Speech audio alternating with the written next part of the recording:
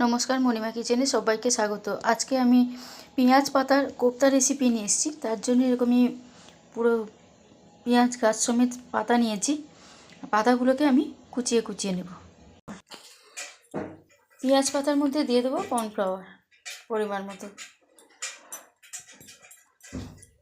আর দিয়ে দেবো 2 চামচ মতো বেসন, দিয়ে দেবো লঙ্কার গুঁড়ো, আর দেবো হলুদের গুঁড়ো,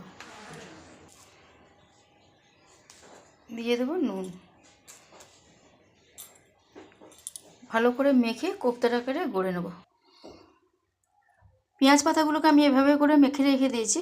আর কড়াটা গরম হয়ে গেছে, কড়াতে সরষের তেল দিয়ে দেবো ভাজার জন্য। কোপ্তাগুলোকে এইভাবে করে লাল লাল করে আমি ভেজে উঠিয়ে নেব।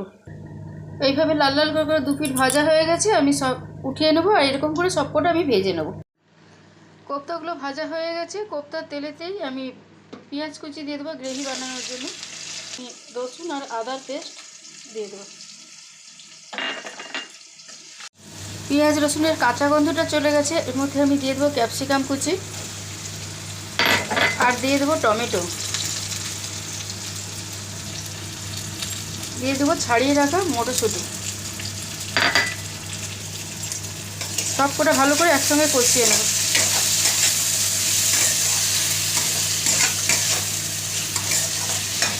লঙ্কার গুঁড়ো, অল্প একটু হলুদের গুঁড়ো দেবো, দিয়ে সব কটা একসঙ্গে কষিয়ে নেব। সব মশলা ক্যাপসিকাম সব কিছু একসঙ্গে কষানো হয়ে গেছে। এর মধ্যে কোপ্তাগুলো দিয়ে দেবো, পেঁয়াজ পাতার যে কোপ্তা।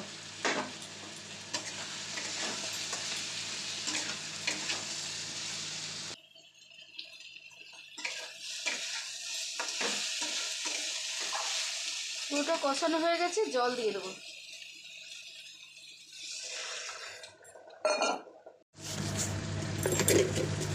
জল টল সব দিয়ে দিয়েছি। এবার দিয়ে দেবো স্বাদ মতো একটু চিনি। কোপ্তাটা রেডি হয়ে গেছে, পুরো গ্রেভির সঙ্গে মিশানো হয়ে গেছে। আর নামানোর সময় অল্প একটু ধনে পাতা দিয়ে দেবো, দিয়ে আমার রান্নাটা শেষ করব।